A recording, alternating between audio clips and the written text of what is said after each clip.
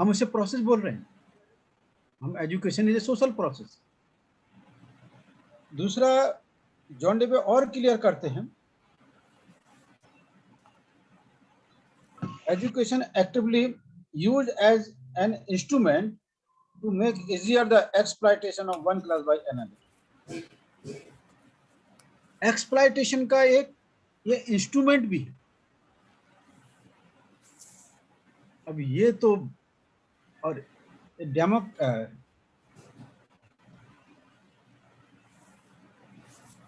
Democratic ideal of education, 7वें नंबर का चैप्टर जो हम पहले बार बार इसको रिपीट करने के लिए बोले, इस एंगल से हमने देखने की कोशिश नहीं की। ये मनुवाद कल्चर को परपेचुएट करने का ये टूल्स है और एक्सप्लॉयटेशन का एन इंस्ट्रूमेंट। और इस आधार पर नेशनल एजुकेशन पॉलिसी 2020 देखें और हम 1968 से देखें, आज़ादी के बाद की बात देखें 26 जनवरी 1950 से, तो हाँ, ये टूल्स और इंस्ट्रूमेंट दोनों प्रकार से एक्सप्लॉयटेशन का कारण बन रहा है कि इस प्रकार का सिस्टम तैयार किया जा रहा है कि उनकी सेवा के लिए ही यहाँ पर लोग तैयार हों और उनके लिए ही काम करने वाले बने।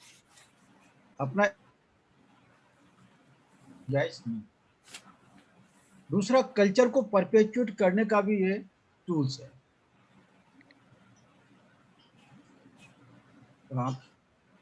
और इस लिहाज से अम्बेडकराइट एजुकेशनल फिलॉसफी को समझना, देखना, अंडरस्टैंड करना और समाज को उसके लिहाज से जागृत करना, ये हमारे सामने बहुत बड़ा डिफिकल्ट टास्क है। क्योंकि जब तक हम अम्बेडकरवाद की एजुकेशन फिलॉसफी, शैक्षणिक दर्शन के बारे में जितनी ज़्यादा स्पष्टता होगी, हम दुश्मन की नीतिगत विचारों को, पॉलिसियों को, स्ट्रेटेजी को समझ सकेंगे और उसके तहत हम अपने समाज को जगाने के लिए अम्बेडकराइट एजुकेशन फिलॉसफी का यूज कर पाए। हमारी एजुकेशन पॉलिसी जिस तरीके से अभी हमारे सामने एक लेबर एजुकेशन के लिहाज से हमने एक प्रोजेक्ट लिया है कि भाई हम उनको उनके फैसिलिटीज हैं उनका पूरा का पूरा बेनिफिट दिलाने की कोशिश करेंगे, इसलिए उनके फॉर्म भराते हैं और उनको सर्टिफिकेट उपलब्ध कराते हैं। दुश्मन की पॉलिसी के अनुसार उसको उस समाज को टूल्स के रूप में यूज करने की उन्होंने योजना बनाई और एक्सप्लॉयटेशन का इंस्ट्रूमेंट तो उस लॉ को बना के रख रहे हैं। ये उनका काम। हमारे लिए हमारा काम क्या होना चाहिए, इसके लिए हमने ये डिजाइन थिंकिंग का उल्लेख किया था। मैंने डिजाइन थिंकिंग, और डिजाइन थिंकिंग का क्या होता है, अभी तक जो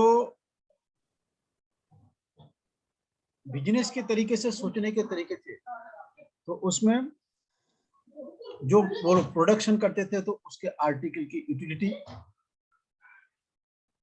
शॉर्टेज या अधिकता है, उसके लिहाज से मार्केट के रेट, ये इस प्रकार से यूज करते थे। कंपटीशन में उतरने के लिए इस प्रकार से वो अपनी वस्तु की रेट को डिसाइड करते हैं। एजुकेशन सिस्टम अपनी जगह, लेकिन अभी वो इस तरीके के लोगों को एजुकेशन में तैयार करने के लिए, उनका उपयोग करने के लिए टूल्स के रूप में, एन इंस्ट्रूमेंट के रूप में हमने ये नेशनल एजुकेशन पॉलिसी के तहत, और खास तौर से जब हम जमीन पर उतर रहे थे, ये लेबर को सर्टिफिकेट दिलाने के लिए, तो वहाँ हमें बहुत सारी चीजें अभी और मिलने वाली है, मिल रही। तो ये इस पॉलिसी के तहत हमने क्या अडॉप्ट किया डिजाइन थिंकिंग में, कि हम पूंजीपति के लैंग्वेज में उसे कस्टमर बोला जाता है। पूंजीपति के लैंग्वेज में कि कस्टमर को समझना, कस्टमर के दृष्टिकोण से सोचकर आर्टिकल को मार्केट में उतारना, बेचना। पहले क्या था, वस्तु को ध्यान में कि हम कौन सी चीज उपयोगी बन रहा है, उसकी नीड उसमें क्रिएट करने की बात करते हैं। अभी नीड क्रिएट करने की बात नहीं, कस्टमर क्या चाहता है उसकी नीड के लिहाज से उसे क्या चाहना चाहिए उस लिहाज से चीजों को देना। हम अपने सोशल ट्रांसफॉर्मेशन मूवमेंट में क्या करेंगे, एजुकेशन, हम जो एजुकेशन को हम बुजुर्ग की एम्पैथी के द्वारा उसके स्वभाव को, उसकी प्रवृत्ति की, उसको दुख को, उसकी तकलीफ को, उसकी अच्छाइयों को हम समझने की कोशिश करेंगे और समझकर उसके जो बेनिफिट सरकार द्वारा दिए जाने हैं उनको हम उनको यूटिलाइज कराने की कोशिश करेंगे। ये concept capitalist culture, Brahmanical culture से अलग हटका है, ये कॉन्सेप्ट अलग हटका है। इसलिए एम इन एजुकेशन, हम लोग डिस्कस किए थे कि एजुकेशन का कोई एम नहीं होता है, जिसको एजुकेशन लेना होती है, जिसको हम दे रहे होते हैं, उसका एम होता है और उसमें सेंट्रल पॉइंट है बिहेवियर, बिलीफ का रिकंस्ट्रक्शन का। तो साथियों, मैंने थोड़ा सा आप लोगों को हिंट दिया है। अब मैं चाहूंगा कि आप लोग बारी बारी से इस पर चर्चा करें और जो 8वां चैप्टर का जो चर्चा रह गई है उस चर्चा को आगे बढ़ाएं। ओवर टू नाहर सिंह जी या महेंद्र थोराट जी। जी सर, महेंद्र जी। आज के चेयरमैन अभी मोहन चौहान जी को बना दिया। ठीक सर। मोहन चौहान जी आप चेयरमैन रहेंगे, हमारे महेंद्र थोराट सेक्रेटरी के रूप में काम करेंगे और डिस्कशन को हम शुरू करते हैं। Sir thank you sir. Mohan Chauhan sir.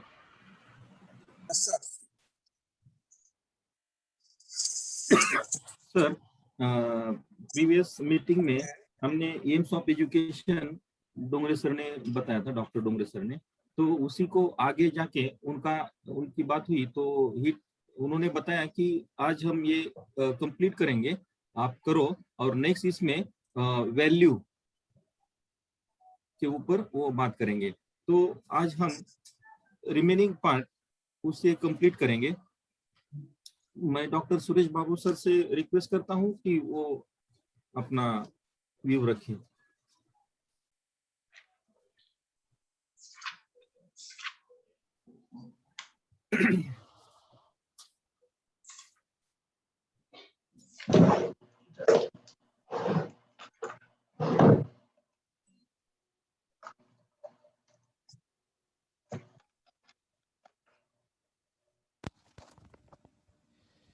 सभी सहकारियों को मेरा जय भीम नमो बुद्धाय।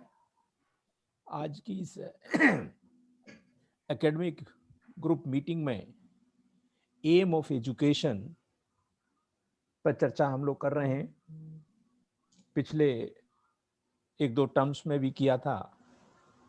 तो जैसा कि सर ने अपनी एक भूमिका दी है कि बहुजन की एजुकेशन कैसी होनी चाहिए या जॉन डेवे एजुकेशन को किस तरीके से देखते हैं, एम ऑफ एजुकेशन क्या है,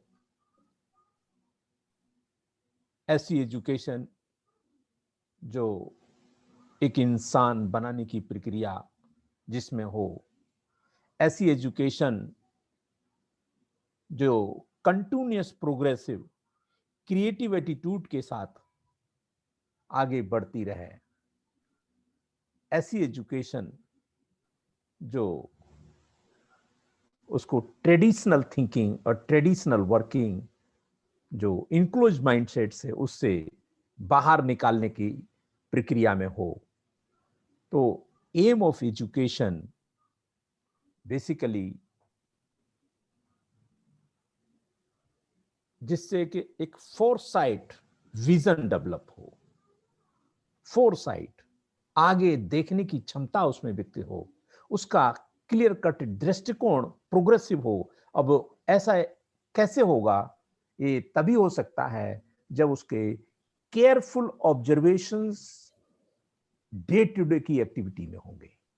अगर वो अपने हाई अलर्ट ब्रेन से जो भी उसके चारों तरफ दिनचर्या गुजर रही है उस पर हाई अलर्ट होगा, he can understand easily, he can see easily, और उसके साथ उस जो भी उस परिस्थिति में जो भी उसके पास मीन्स हैं या जो भी हिंड्रेंस हैं उसको भी रीड कर रहा होगा, और उस रीड पॉजिटिव और नेगेटिव दोनों हिंड्रेंस को समझ करके वो उसके मीन्स को एक ऑर्डर में अरेंज करके फॉरसीट करेगा, प्रोग्रेसिव होगा, आगे के रास्ते डिजाइन करेगा, अपने कैरियर को डिजाइन करेगा, अपने फ्यूचर को डिजाइन करेगा, और दूर तक देखने की उसमें क्षमता होगी।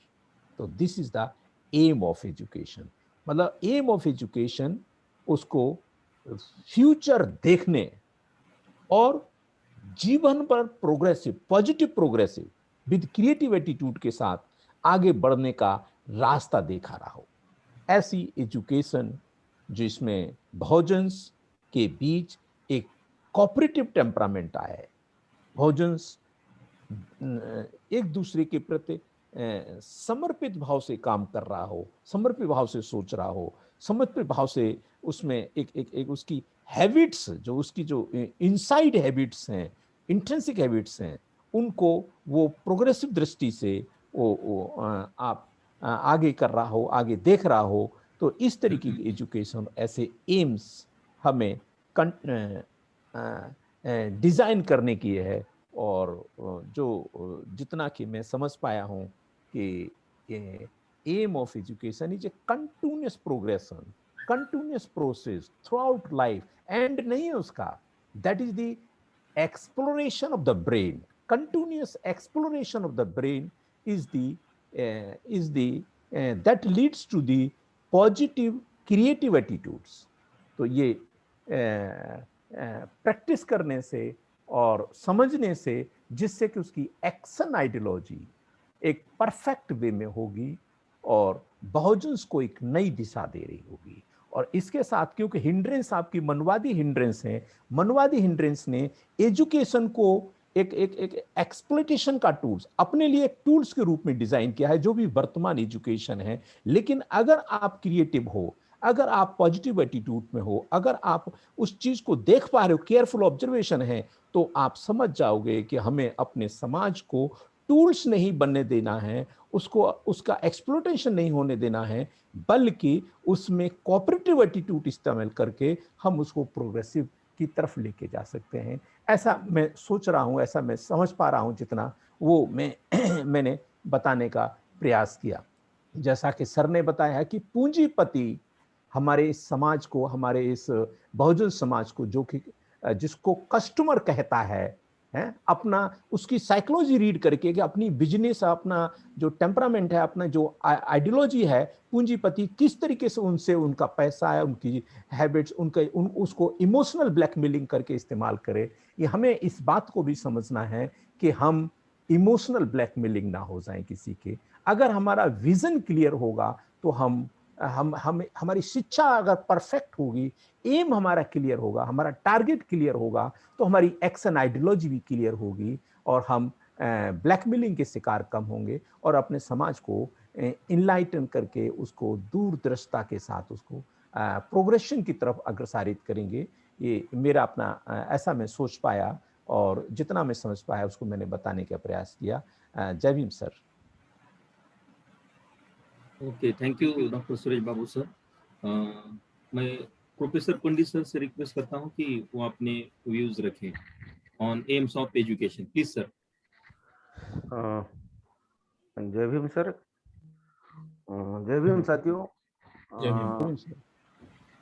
एम्स ऑफ एजुकेशन, डोंगरे साहब ने इसके ऊपर अच्छा पॉइंट एक्सप्लोर किया है। डोंगरे सर से ही मैं कुछ बातें उसके ऊपर करना चाहता हूँ, एम्स ऑफ एजुकेशन के ऊपर। उसके बाद मैं ये बातें बताऊंगा। मगर एम्स ऑफ एजुकेशन के अंदर यहाँ पे जो एजुकेशन दिया जाता है या एजुकेशन से जो एक्सपेक्टेशंस है या एजुकेशन से जो ट्रांसफॉर्मेशन होता है, ये बातें समझ के लेने के लिए हमें थोड़ा सा हिस्ट्री को ही देखना पड़ेगा, वहां से भी थोड़ा सा हमें जाना पड़ेगा। मैं थोड़ी सी अलग हटके इसके ऊपर बात बताऊंगा कि महात्मा गौतम बुद्ध ने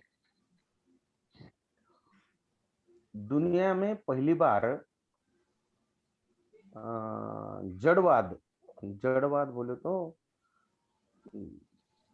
जहां यहाँ से जो भी पैदा होगा यहीं खत्म हो जाएगा, और अपने हाथ में जो भी है वो द स्पैन ऑफ टाइम और span of the years from birth to death, इतना ही अपने हाथ में है, और ये जनरेशन टू जनरेशन लिंकेज है। और यही बात को लेके जिंदगी जीने के तरीके बुद्धा ने अपने सामने रखे। और वहां पे जो एक बात घटी हुई थी कि ये सब कोई तो भी और डिसाइड करता है और हमारा लाइफ उस हिसाब से चलता है।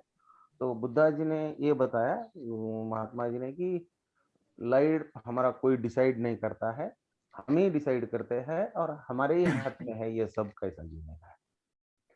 इसी को जाके आगे रामानुजन नाम के एक साइंटिस्ट हुए,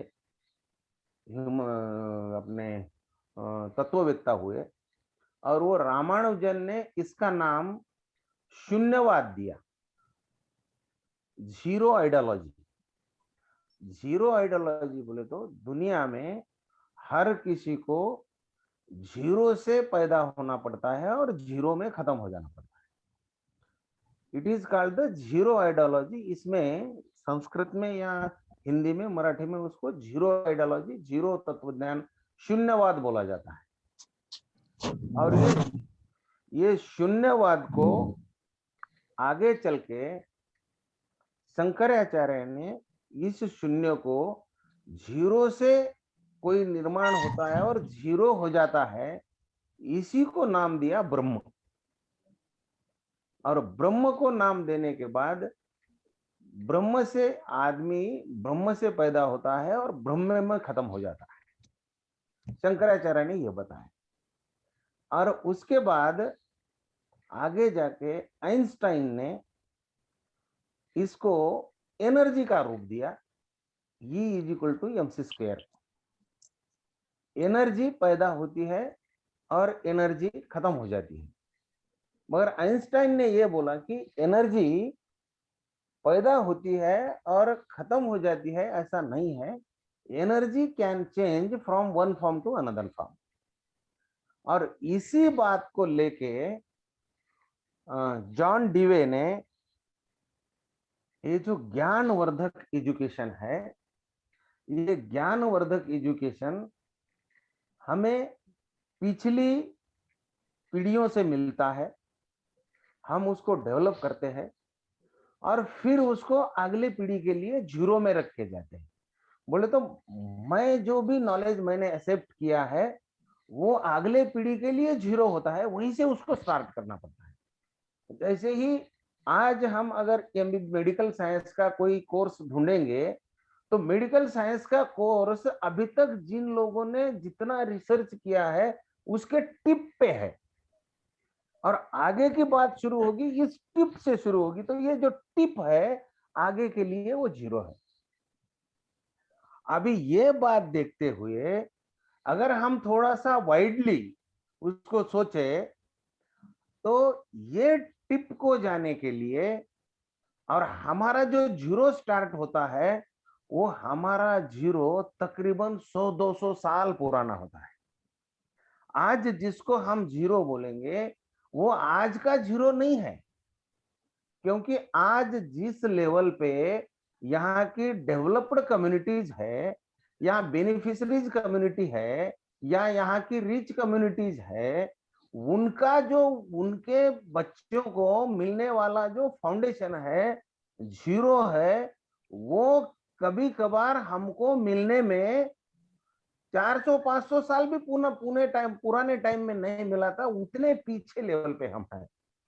और वही डिस्क्रिमिनेशन हमें सोशल लेवल पे होता है, नॉलेज लेवल पे सोशल डिस्क्रिमिनेशन होता है, वही सोशल डिस्क्रिमिनेशन आइडियोलॉजी लेवल पे होता है, वही सोशल डिस्क्रिमिनेशन हमें पॉलिटिक्स लेवल पे होता है। और आज हमारे पास जो नॉलेज का या हमारे पास जो इंफॉर्मेशन का जीरो है, वो इंफॉर्मेशन का जीरो, जैसे ही हम अगर पॉलिटिक्स के बारे में सोचेंगे तो पॉलिटिक्स की शुरुआत या इसका बिगिनिंग जो है वो ग्रीक से मिलता है, और वो अरिस्टोटल, प्लेटो से लेके लॉब्स, रूसो चलते चलते मार्क्स से लेके अभी यहाँ तक हम राजेशाही, ऑटोनॉमी या एरिस्टोक्रेसी या डेमोक्रेसी या फ्यूडलिज्म, ये सब से लेके हम आए हैं। मगर आज हमारे पास जो जीरो है वो कुछ भी नहीं है।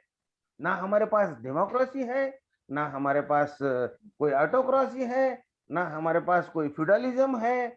आज हमारा जो जीरो स्टार्ट होता है वो जीरो को बेस ही नहीं है। और उसके लिए ये ब्रह्म के जाल में हमको इन मनवादियों ने फंसा दिया है कि उन्होंने वो जीरो को जीरो ना बताते हुए ब्रह्म बना दिया, और हम उस ब्रह्म के पीछे लग गए और हमारे जो मेंटेलिटी है उस दिशा में चली गई। और उसके लिए हमें आज जो भी सोशल एक्टिविटी है या इकोनॉमिकल एक्टिविटी है या साइंटिफिक एक्टिविटी है या पॉलिटिकल एक्टिविटी है, उस लेवल की एक्टिविटी करने के लिए हमें जो फाउंडेशन है, हमें जो जीरो मिलता है, वो जीरो कौन सा मिलता है, और फिर हमें डेवलप होना है, ट्रांसफॉर्म होना है, हमें चेंज होना है। तो किस रास्ते को चेंज होना है बोले तो हमारे आने वाले पुरखों को हम जो हमारे आने वाले लोगों को जो छोड़ के जाने वाले हैं, वो क्या छोड़ के जाने वाला है, और उसी के लिए हम ढूंढे तो फिर हमें कहीं बुद्धा का जीरो मिलता है, या फिर मान्यवर जी पी.आर. अम्बेडकर जी ने बताया कि भाई एडिक्ट जो मिले हैं अशोका के, उसमें से एक अशोका का राज था, और उस दिशा से हम उस जीरो को ढूंढने निकल रहे हैं।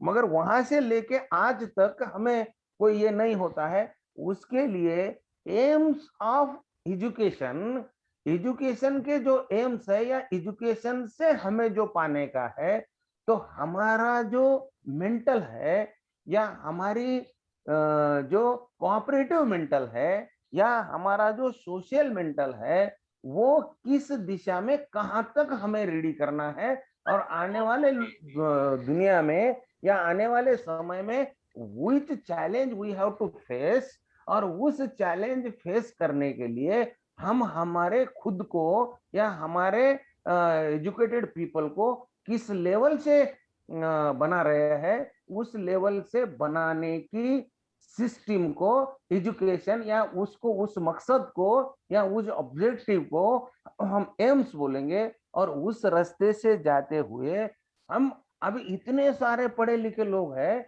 मगर हमारी बात आज भी सोशल डिस्क्रिमिनेशन या पॉलिटिकल डिस्क्रिमिनेशन या रिजर्वेशन या कोई ये इतने ही इर्द गिर्द घूमती है, इतने ही इर्द गिर्द घूमती है। मगर आज contribution in the engineering field, contribution in the medical field, contribution in the aeronautics, contribution in the armaments, इन चीजों में हम लोगों ने अभी सोचा ही नहीं है। ये तो उनकी मोनोपोली बनी बैठी है। आज हम पॉलिटिकली कुछ पा भी लेंगे तो इन सब जो टूल्स है या यहाँ के डेमोक्रेसी को प्रोटेक्ट करने के लिए जो बातें हैं, इस फील्ड में हमारा इंटरवेंशन ही नहीं हुआ है। या अभी हम कॉमर्स देखेंगे या ट्रेडिंग देखेंगे या यहाँ की ट्रांसपोर्टेशन देखेंगे या इंपोर्ट एक्सपोर्ट देखेंगे या बहुत सारी इंडस्ट्री देखेंगे, या इस दिशा में हमारा तो कहीं इंटरवेंशन ही नहीं है। आज छोटा बहुत रिजर्वेशन बाबा साहब की बदौलत से या फुले शाह अम्बेडकर की बदौलत से हमारा कहीं कहीं इंटरवेंशन हुआ है। मगर इन फील्ड ऑफ द नॉलेज जब दुनिया का पूरा जो रिसर्च फील्ड देखा जाता है तो only 3% paper comes from the all over India, अगर पूरे दुनिया के पेपर को 100% गिना जाए तो 3% research papers comes from the overall all over India, और उसमें से हम अगर 85% बहुजनों की बात बोलेंगे तो हमारा इंटरवेंशन इनोवेशन में, रिसर्च में क्या योगदान है, इस दिशा से देखे हमें एजुकेशन का एम समझ के लेना पड़ेगा। इतनी बात करके मैं ठहरता हूँ। धन्यवाद। जय भीम। कवर कर चुके हैं आज के दिन तक हम 4 कब्जे। नाहक सर, आप कुछ बोलेंगे?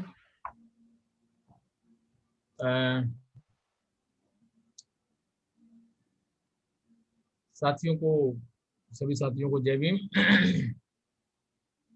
साथी, शिक्षा मेरा क्षेत्र तो नहीं है, लेकिन जब से मैं पीबीएसपी में आप लोगों के साथ जुड़ा हूँ और ग्रुप की मीटिंग में रेगुलर जब से अटेंड कर रहा हूँ, तो कुछ इतना जरूर पता चला है, इस शिक्षा का जो गूढ़ ज्ञान है, जो शिक्षा की गहराई है, निश्चित रूप से हमको परेशानी तो हो रही है इसको समझने में और इसको सीखने में, क्योंकि इतना हमारा क्षेत्र नहीं है, लेकिन हमें ये सीखना पड़ रहा है।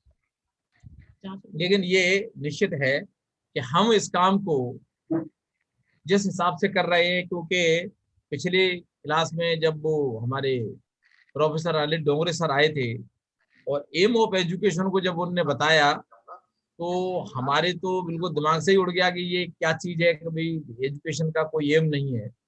लेकिन निश्चित रूप से शिक्षा की जो गहराई है वो आज हमारे लिए बहुत महत्वपूर्ण है और उसको समझने के लिए हमको बहुत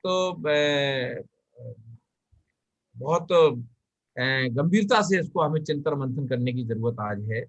और जो कंसेप्ट जो हमको दिए जा रहे हैं, चाहे वो क्या नाम हमारे प्रोफेसर डोंगरे सर जो दिलवा रहे हैं या हमारे धीमंत पी.आर. अम्बेडकर जो दे रहे हैं, निश्चित रूप से बहुत ज्यादा हमारे लिए उपयोगी हैं। ये निश्चित है कि शिक्षा का जो ज्ञान हम लोगों को वर्तमान में मिल रहा है या हम लोग जो लेने का काम कर रहे हैं, ये आगे सोशल ट्रांसफॉर्मेशन मूवमेंट के लिए हम कितना उपयोगी बना पाएंगे, कितना अपने को सार्थक सिद्ध कर पाएंगे, ये उससे ज्यादा महत्वपूर्ण है आज।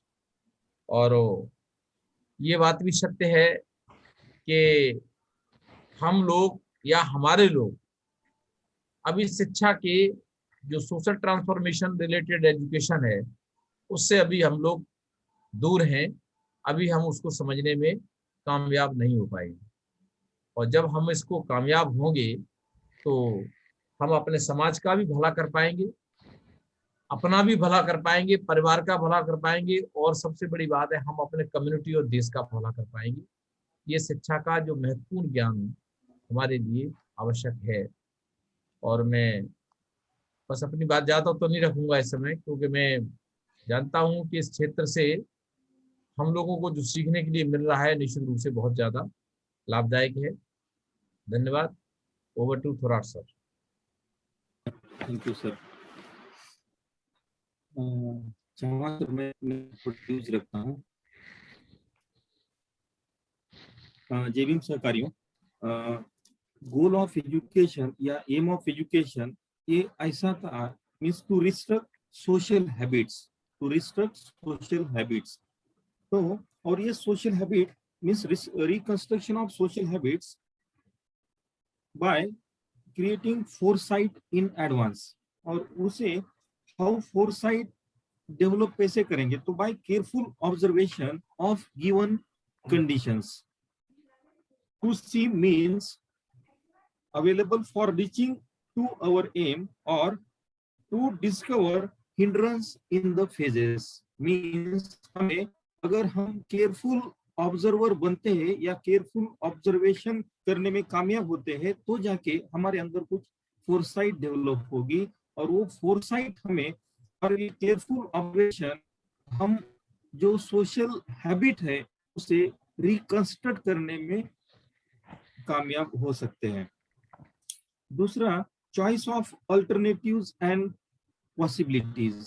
हमें एक एम ऑफ एजुकेशन है चॉइसेस ऑफ अल्टरनेटिव और वो जो उसमें अल्टरनेटिव्स है तो उसमें पॉसिबिलिटीज देखना हमें आना चाहिए। तो एजुकेशन एक ऐसा टूल है जो हमें पॉसिबिलिटी दिखाता है, वो एक एम होना चाहिए। एंड तो transmission from one generation to another generation. दूसरा, टू डेवलप इंडिविजुअल इफिशियंसी और सोशल इफिशियंसी। सहकारियों, हर एक मूवमेंट का पहला मीन्स ये होता है कि व्यक्ति का निर्माण करना, तो ये एजुकेशन के द्वारा साध्य हो सकता है, इंडिविजुअल इफिशियंसी। और ये सोशल इफिशियंसी हम ऐसा डिफाइन करते हैं कि it is a harmonious development of all powers of personality, वो है सोशल इफिशियंसी। और ये सोशल इफिशियंसी अगर हम पावर ऑफ 10 से सोचेंगे या, तो तब जाके हम ये सोशल इफिशियंसी क्रिएट कर सकते हैं। और ये एजुकेशन का एम है। आवाज आ रहा है सर? यस। और एजुकेशन के हमें दो टाइप है कि डेलिब्रेट और इंसिडेंटल। तो ये डेलिब्रेट तो हमें मिलता है फ्रॉम द स्कूल कॉलेजेस, लेकिन वो रियल एजुकेशन हमें नहीं मिलता है। और इसके कारण ये जो ट्रांसमिशन है, जो हैबिट्स है, वो कल्चर हैबिट्स, तो ये ट्रांसफर नहीं होती है from first generation to second और next generation we can say. तो हमें कुछ ऐसा करना पड़ेगा। ये जो इंसिडेंटल एजुकेशन है उसे मींस डेलिब्रेट एजुकेशन हमें इंसिडेंटल में कैसे कन्वर्ट कर सकते हैं, अगर वो कन्वर्ट कर सकते हैं तो हमें एक डेलिब्रेटली फोर्सफुली ना होके but by our own we will try to cultivate ourselves that type of education, means restrict or we can in short in that when this deliberate education will be converted into incidental education, definitely we will creatively apply our own mind and that is the one aim of education. सहकारियों, दूसरा इस summary में बताया गया है, an aim denotes the result of any natural process brought to consciousness and made a factor in determining present observation and choice of ways of acting. Means education का M ये एक है कि जो नेचुरल प्रोसेसेस होते हैं उसे वो नेचुरल प्रोसेस हम मीन्स उन्हें कन्वर्ट करना है कॉन्शियसनेस में, और वो कॉन्शियसनेस में कन्वर्ट होते हैं तो हमारा प्रेजेंट ऑब्जर्वेशन डेवलप होगा। और वो प्रेजेंट ऑब्जर्वेशन हमें एक अच्छी एक्शन जो हमें अच्छा कॉन्सिक्वेंस दे सकते हैं, हम उसे प्रो एक्शन कह सकते हैं। मीन्स हमारी जो भी एक्शन है वो सब प्रो एक्शन में चेंज हो सकती है, ये चेंज होनी चाहिए। ये एजुकेशन का एक एम है। अगर हम एक्शन मीन्स विदाउट मीन्स हम सीधे वो एक्शन करना ज्यादा कुछ ना सोचते हुए, वो है एक्शन। और प्रो एक्शन जो एक्शन हम सोच समझ के करते हैं कि इसका कॉन्सिक्वेंस क्या हो सकता है, इसका परिणाम क्या हो सकता है, तो ऐसी एक्शन को हम प्रो एक्शन कहते हैं। और ये प्रो एक्शन डेवलप करने का एम है एजुकेशन का। All natural processes will be means give the present observation and choice of ways of acting, choice of हम कैसा एक्ट करना है, दैट इज प्रो एक्शन, वो सीमित करता है, वो तय करता है एजुकेशन। दूसरा, it signifies that an activity has become intelligent. हमारी जो भी एक्शन है, एक्टिंग है, वो इंटेलिजेंट होनी चाहिए एट हाईएस्ट लेवल पे, वो साधारण नहीं होनी चाहिए। ये एक एजुकेशन का एम है।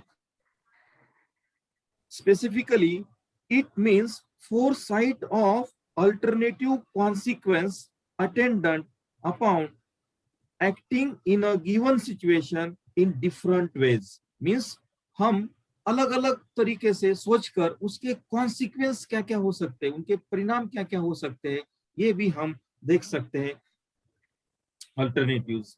एंड तब जाके हमारे अंदर एक साइंटिफिक एटीट्यूड डेवलप होगा, साइंटिफिक रिसर्च एटीट्यूड डेवलप होगा। वो कब डेवलप होगा? जब हम केयरफुल ऑब्जर्वेशन करेंगे, केयरफुल ऑब्जर्वेशन करेंगे और experiment means experiment by careful observation, and हम कुछ कंक्लूजन निकालेंगे, उससे हम कुछ कंक्लूजन निकालेंगे, एंड देन वो pro action will be helpful for us.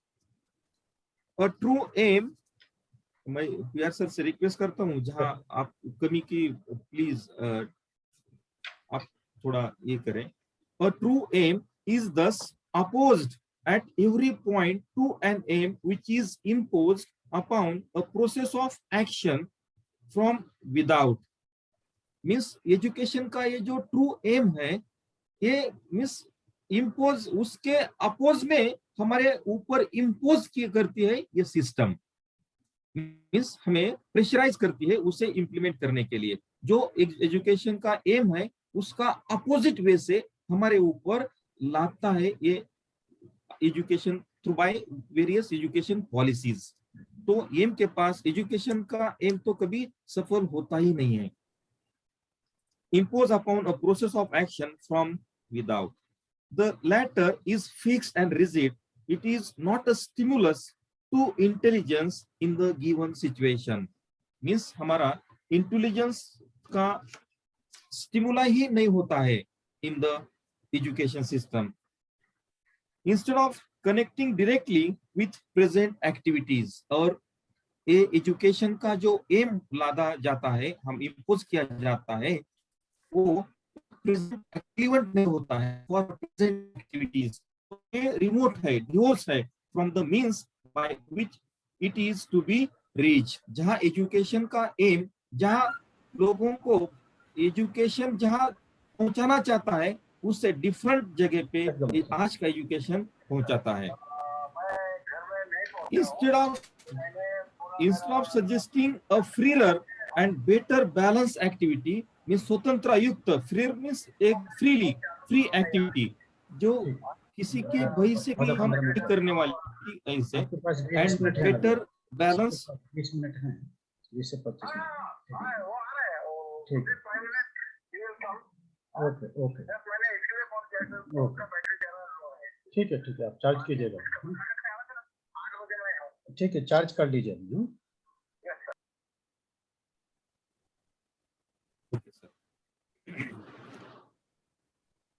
Instead of suggesting a freer and better balanced activity, it is a limit set to activity।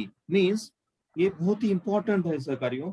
Means ये जो एजुकेशन सिस्टम हमें एक फ्रीडम देना चाहिए, freer and balance activity, freer and balance activity. तो अगर हम आज का एजुकेशन देखते हैं तो nobody is getting this freer and balance activity by today's or by current education, and ये बहुत ही महत्वपूर्ण है। अगर एजुकेशन सबको फ्रीर एक्टिविटी करने के लिए इंप्लीमेंट या बाध्य करता है, तो ये कल्चर ऑफ फियर उसके मन में, माइंड में रहेगा ही नहीं है, जो आज नहीं होता है।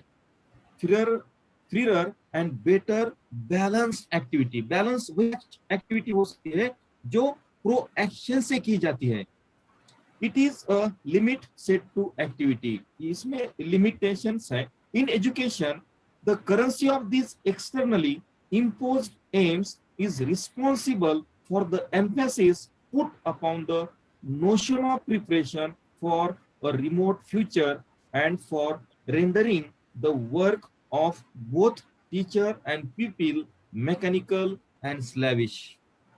Means सबसे ज्यादा, मीन्स ये ऐसे सिचुएशन में सबसे ज्यादा रिस्पॉन्सिबिलिटी टीचर और मीन्स टीचर के ऊपर या पीपल की ऊपर आ जाती है कि ये स्लैविश, ये गुलाम कैसे इसको फ्री में कन्वर्ट करे और ये कल्चर से कैसे दूर निकाले। तो सहकारियों, मैं पीआर सर से, okay Chauhan sir please try to elaborate, and I will request PR sir just try to give the completeness for this summary।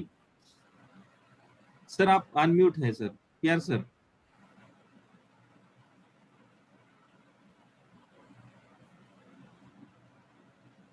आपने इस चैप्टर की समरी को लिया है और समरी में पहले एक तो नेचर ऑफ एम को एक्सप्लेन किया गया था, बाद में criteria of aim, good aim, हाँ, क्राइटेरिया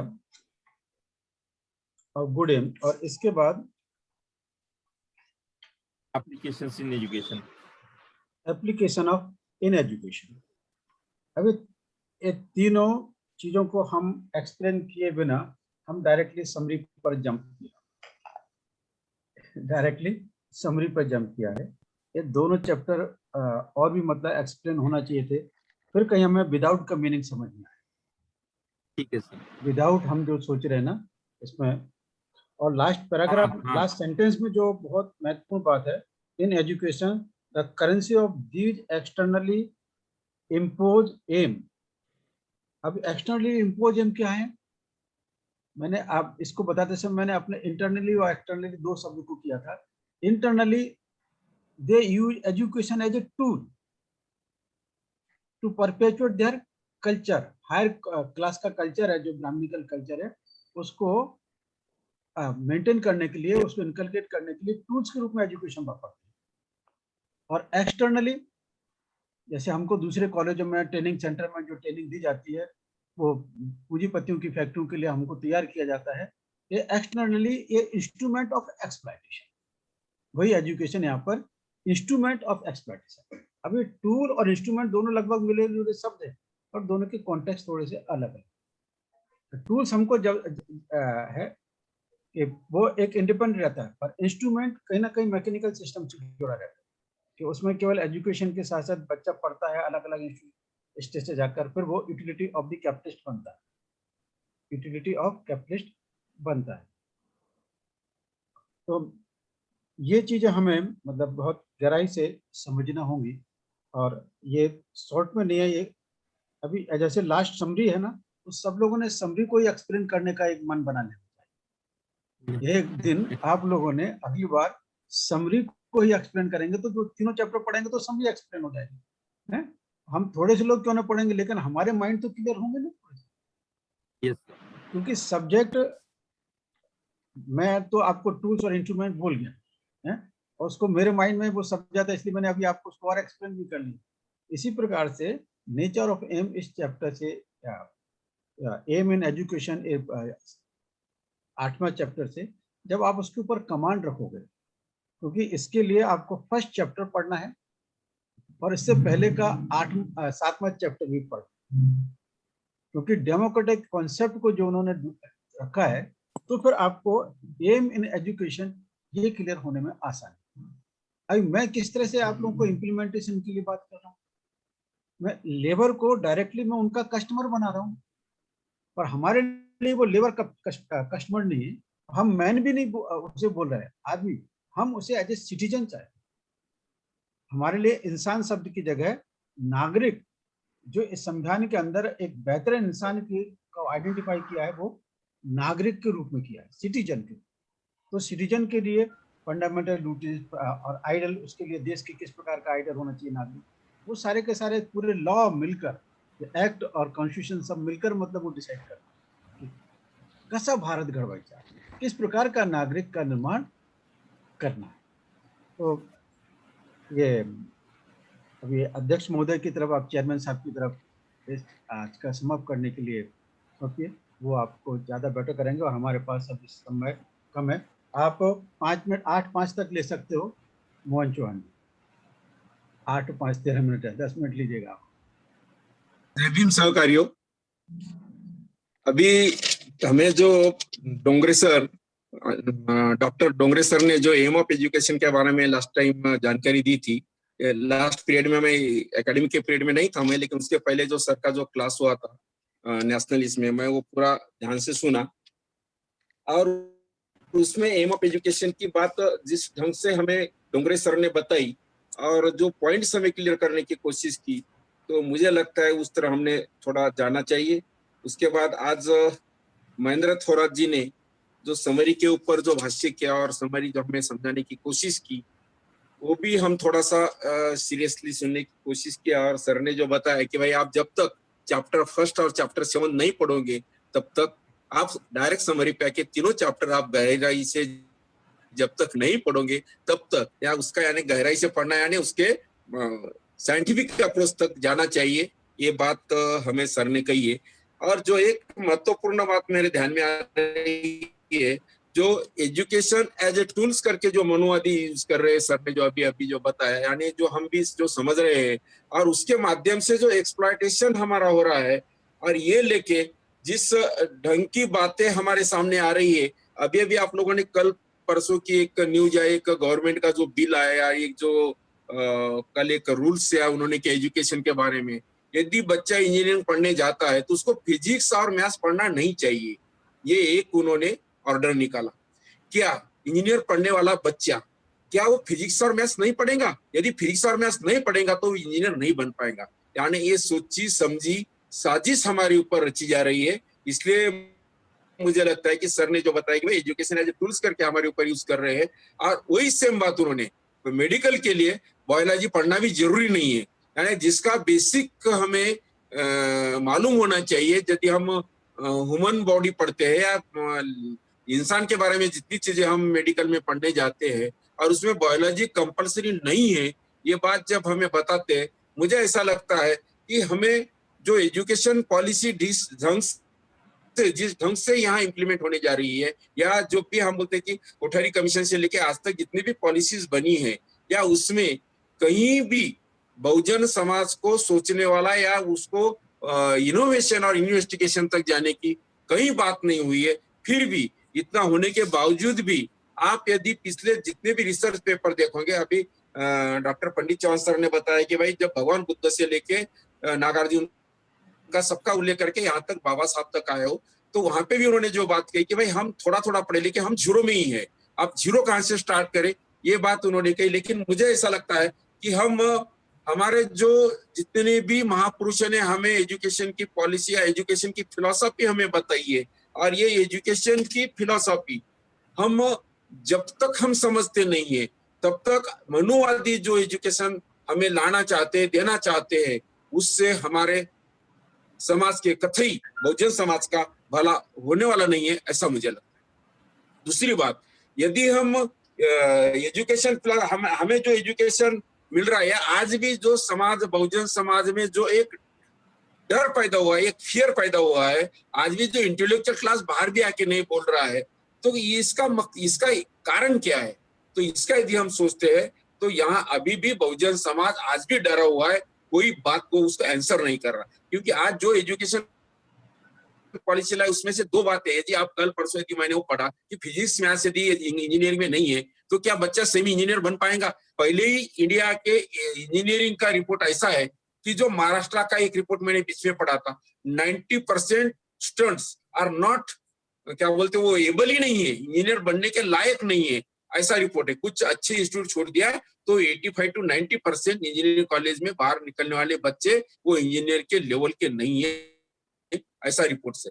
क्या साथियों, हम हमारे बच्चों को इस एजुकेशन पॉलिसी को हम एम ऑफ एजुकेशन में जब जाते हैं और यदि हम देखते हैं बच्चों को, यदि हम इनोवेशन की तरफ जाना चाहिए या क्रिएशन की तरफ जाना चाहिए या पॉसिबिलिटीज ढूंढना चाहिए, ये जब बात हम करते हैं तो क्या हमारी आने वाली पीढ़ियां या आने वाली जनरेशन क्या ये इनोवेशन की तरफ जाएंगी? यदि ये इनोवेशन की तरफ नहीं जा रही है तो मुझे ऐसा लगता है कि हम पीपीएससी के माध्यम से जो एजुकेशन फिलॉसफी ऑफ डॉक्टर बाबा साहब आम्बेडकर या प्रोफेसर जॉन डिवे, ये जो पॉलिसी की बात हम करते हैं, या सरकार को जो पिछले हमने एक सर ने एक पर्चा लिखा था, उसके ऊपर बड़े हमने डिस्कशन भी किया था, और ये बात पे जब हम आते हैं तो मुझे ऐसा लगता है कि यहाँ जो एजुकेशन पॉलिसी डिसाइड हो रही है, एज ए टूल्स करके पॉलिसी डिसाइड हो रही है, या तो जो हमारा एक्सप्लॉयटेशन किस किस ढंग से हो रहा है, वो अभी आपको ये अभी फिजिक्स के मैथ्स की बात बोल के बायोलॉजी की बात, जैसा मैंने बोला कि कल परसों एक जो बात गवर्नमेंट ने सर्कुलर निकाला, क्या सही में हमारे बच्चे उस लेवल के हो सकते हैं क्या? और दूसरी बात, जो पेपर पब्लिकेशन की बात आती है, और जिस यूनिवर्सिटी में जो लायक वीसी नहीं बैठे हैं, जब मनुवादी सरकारें आती है, यहाँ पे भी महाराष्ट्र में भी जो वीसीज बैठे हैं, बहुजन समाज का एक आधा वीसी आया होगा, वो छोड़ के बाकी कोई भी विषय जो बहुजन समाज के भले की बात, यानी जिसको अपने डिपार्टमेंट का भी नॉलेज नहीं है, एडमिनिस्ट्रेशन का भी नॉलेज नहीं है, वैसे महाराष्ट्र के कितनी तो भी यूनिवर्सिटी में ऐसे वीसी बैठे, क्या वो हमारे भले की बात करेंगे? क्या एम ऑफ एजुकेशन तो हमें मोड़ देंगे? क्या नई नई बातें हमारे सामने ला सकेंगे? इसलिए साथियों, जब बाबा साहब का डेमोक्रेसी एंड एजुकेशन के बारे में जो व्यूज था, वो इसलिए बाबा साहब ने कॉन्स्टिट्यूशन ऑफ इंडिया में liberty, fraternity, education and justice, equality and justice की बात बाबा साहब कहते, इसलिए बाबा साहब ये सब बातें जब कहते कि भाई एजुकेशन एक ऐसी चीज है वो विकास की तरफ लेके जाती है। इसके पहले ज्योतिबा फुले ने भी अपना ठोस मन जो बनाया तो हम पढ़ते हैं। इसके पहले भी जितने जितने हमारे महापुरुषों ने, हमारे संतों ने जो हमें एजुकेशन दिया और हमारे तक वो ट्रांसफर हुआ, जितना भी हुआ, 0 हुआ, 2% हुआ, 4% हुआ, 10% हुआ, वो बात यदि हम देखते हैं तो वो बात आज हमें मिल रही है क्या? इसलिए बाबा साहब ये बात, जब यदि शिक्षा में सोशल कंटेंट यदि गायब हो जाते हैं तो वो शिक्षा कोई काम की नहीं होती है, सामाजिक संदर्भ उसमें से यदि लुप्त हो जाते हैं, बोलते बाबा साहब, तो वो शिक्षा पूरी वस्तुनिष्ठ हो जाती है और इसलिए उसमें मोनोपोलाइजेशन, कमोडिफिकेशन। और आज जो सिचुएशन है, आज जिस ढंग की नई एजुकेशन पॉलिसी आ रही है, और क्या वो एजुकेशन पॉलिसी में हमें ये बात नहीं दिख रही है जो केजी से पीजी तक एक छत में लाने की बात हो रही है, और वहां जो प्राइवेटाइजेशन की बात हो रही है, और गवर्नमेंट में एक अलग ढंग का एजुकेशन और प्राइवेटाइजेशन को अलग जो लिबर्टी दी जा रही है, क्या हमारी आने वाली पीढ़ी को या आने वाली जनरेशन को इसका बेनिफिट मिल सकता है? इसके ऊपर भी सोचने की बात आ गई है। और जब तक हम सोशल वेलफेयर की बात, बाबा साहब कहते हैं कि भाई जब तक सोशल वेलफेयर के बिना शिक्षा असामाजिक हो जाती है, कि बाबा साहब अपने डेमोक्रेसी एंड एजुकेशन में बाबा साहब के जो व्यूज बना, और बाबा साहब बोलते यदि आदर्श लोकतांत्रिक समाज बनाने का है तो डिजायरेबल डेमोक्रेटिक सोसाइटी की बात भी बाबा साहब कहते हैं। और जब तक डिजायरेबल डेमोक्रेटिक सोसाइटी की बात बोलते हैं तो वही डेमोक्रेसी हम कॉन्स्टिट्यूशनल डेमोक्रेसी में भी वो कन्वर्ट करने की बात बोलते हैं। और reconstruction of desirable democratic society की बात जब बाबा साहब कहते हैं, हमारा लिखा पढ़ा क्लास, क्या हमारा अकादमिशियन, क्या हमारे रिसर्च करने वाले लोग बाबा साहब के ये व्यूज तक, जो बाबा साहब की जो फिलोसफी थी, क्या बाबा साहब ने जिस ढंग से सोचा था वहां तक हम पहुंच पाए? और बाबा साहब दूसरी भी बात कहते कि हम सेंट्रल का रोल भी एजुकेशन में महत्वपूर्ण होता है, ये भी बात बाबा साहब कहते हैं। और इसलिए बाबा साहब कहते हैं कि 3 बातों के ऊपर बाबा साहब अपने बात रखते हैं, और वो कहते हैं गोल ऑफ द एजुकेशन, शिक्षा का ध्येय क्या होना चाहिए, नेशनल एजुकेशन पॉलिसी, राष्ट्रीय शिक्षा नीति कैसे होना चाहिए, नेशनल एजुकेशन स्ट्रक्चर, राष्ट्रीय शिक्षा व्यवस्था किस ढंग की होना चाहिए। ये तीनों बातें जब बाबा साहब कहते हैं तो क्या हमारे महापुरुष, क्या हमारे पूर्वज, क्या हमारे फुले से लेके उसके पहले से भगवान बुद्धा से लेके उसके पहले भी जितने भी हमारे संत मंत हुए, इन्होंने जो शिक्षा नीति हमें कही है, क्या हम वहां तक पहुंचने की कोशिश कर रहे हैं? तो हमारा ये, मुझे ऐसा लगता है एज एकेडमिशियन करके, मुझे ऐसा लगता है हमने इस बात की तरफ बहुत ध्यान से, बहुत सीरियसली हम वो उस बात को सोचना चाहिए, और हम वहां तक यदि जाते हैं हमारा विजन बढ़ाना चाहिए। और जो बात डोंगरे सर ने कही शिक्षा नीति के एम ऑफ एजुकेशन की बात जो कही, वहां के जड़ तक हमने पहुंचने की कोशिश करना चाहिए, ऐसा मुझे लगता है। यहाँ इतनी बातें कहकर मैं मेरी वाणी को विराम देता हूँ। जय भीम साथियों, thanks. Over to Mahendra. Thank you sir. Sir समाप्त करें सेशन या सर? मैं 1 मिनट में एक बात कहना चाहूंगा। Yes sir, please sir. हमारे सारी समस्या की जड़ ये है कि हम दुश्मन के आंख से ही दुश्मन को देखते हैं, दुश्मन की आंख से ही हम दुश्मन को देखते हैं, हमारी अपनी आंख से हम दुश्मन को देखने की कोशिश नहीं करते। इसलिए जब तक हमारे खुद की एजुकेशनल फिलॉसफी हम अपने समाज के बीच में क्लियर नहीं करते, हम दुश्मन को विरोध करने से कुछ नहीं होगा। क्योंकि जब हम अपने लोगों को एक कसौटी दे देंगे परखने का, भाई तुम्हारी शिक्षण ऐसा होना चाहिए, तब कहीं वो इस एजुकेशन के विरुद्ध खड़े, प्रेजेंट एजुकेशन के विरुद्ध कब खड़े होंगे? जब उनके पास परखने की कुछ कसौटी। इसीलिए मैंने पिछले बार बोला है कि हमारे जल्दी से जल्दी 100 महानायक कांशीराम जी स्कूल ऑफ थिंकिंग की ब्रांचेस हो जाना चाहिए, लगभग 100 ब्रांचेस। और वहां पर हम इस एजुकेशन पॉलिसी को एक्सप्लेन करने वाले, सिखाने वाले लोग दिए, वह हम कास्ट को भी सिखाएंगे और थिंकिंग स्किल को सिखाएंगे और तीसरा एज के साथ एजुकेशन फिलॉसफी को समझाएंगे। तो जो पहली क्लास से ग्रेजुएशन तक के पढ़ने वाले लोग हैं, हर एक को एक कसौटी मिलेगी। तो दुश्मन उनको ना पढ़ाए, मैथ नहीं पढ़ा रहा है, बायोलॉजी नहीं पढ़ा रहा है, लेकिन अगर हम सोच विचार करने वाले बना ले जाएंगे, उनको टूल्स टेक्निक दे दें, तो वो गिवन सिचुएशन में ऑपरेट होना सीख जाएंगे। गिवन सिचुएशन में ऑपरेट होना सीख जाएंगे तो वो अपना भविष्य और अपनी लाइफ में कामयाब हो सकेंगे। Thank you. Yes sir, thank you sir. सभी सहकारियों का धन्यवाद व्यक्त करता हूँ। और मोहन सर ने हमारा चेयरमैनशिप अच्छी तरह से निभाया। Thank you sir. हम आज का ये सेशन यही समाप्त करते हैं। जय भीम, जय भारत। जय भीम। और नेक्स्ट थर्सडे सर यही ओके गए क्या? नेक्स्ट थर्सडे हम यही टॉपिक कंटिन्यू करेंगे। Chauhan sir, Suraj Babu sir. Yes yes yes Friday next Friday. हाँ, नेक्स्ट फ्राइडे। सेम। इसका तीसरा पॉइंट ये शायद एप्लीकेशंस इन एजुकेशन। ठीक है। अरे कुछ भी बता दो यार, बताना तुम्हें ही है।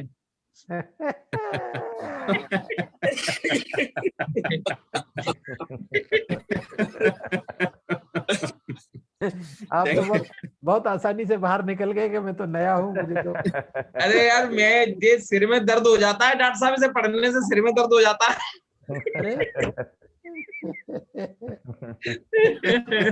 ठीक है, बताएंगे, जरूर बताएंगे। नार सर ने बोझा कम किया है ऐसे भी।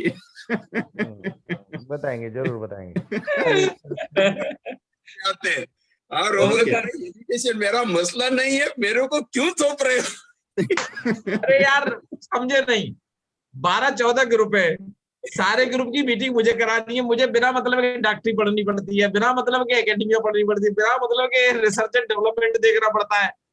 नहीं सर, नहीं, इसका मतलब ये की है सोशल ट्रांसफॉर्मेशन मूवमेंट। मालूम है, मुझे पता है।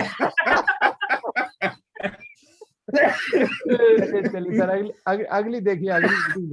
चलिए ठीक है सर, ओके सर। जय भीम, थैंक यू सर, जय भीम, थैंक यू सर, जय भीम, जय भारत।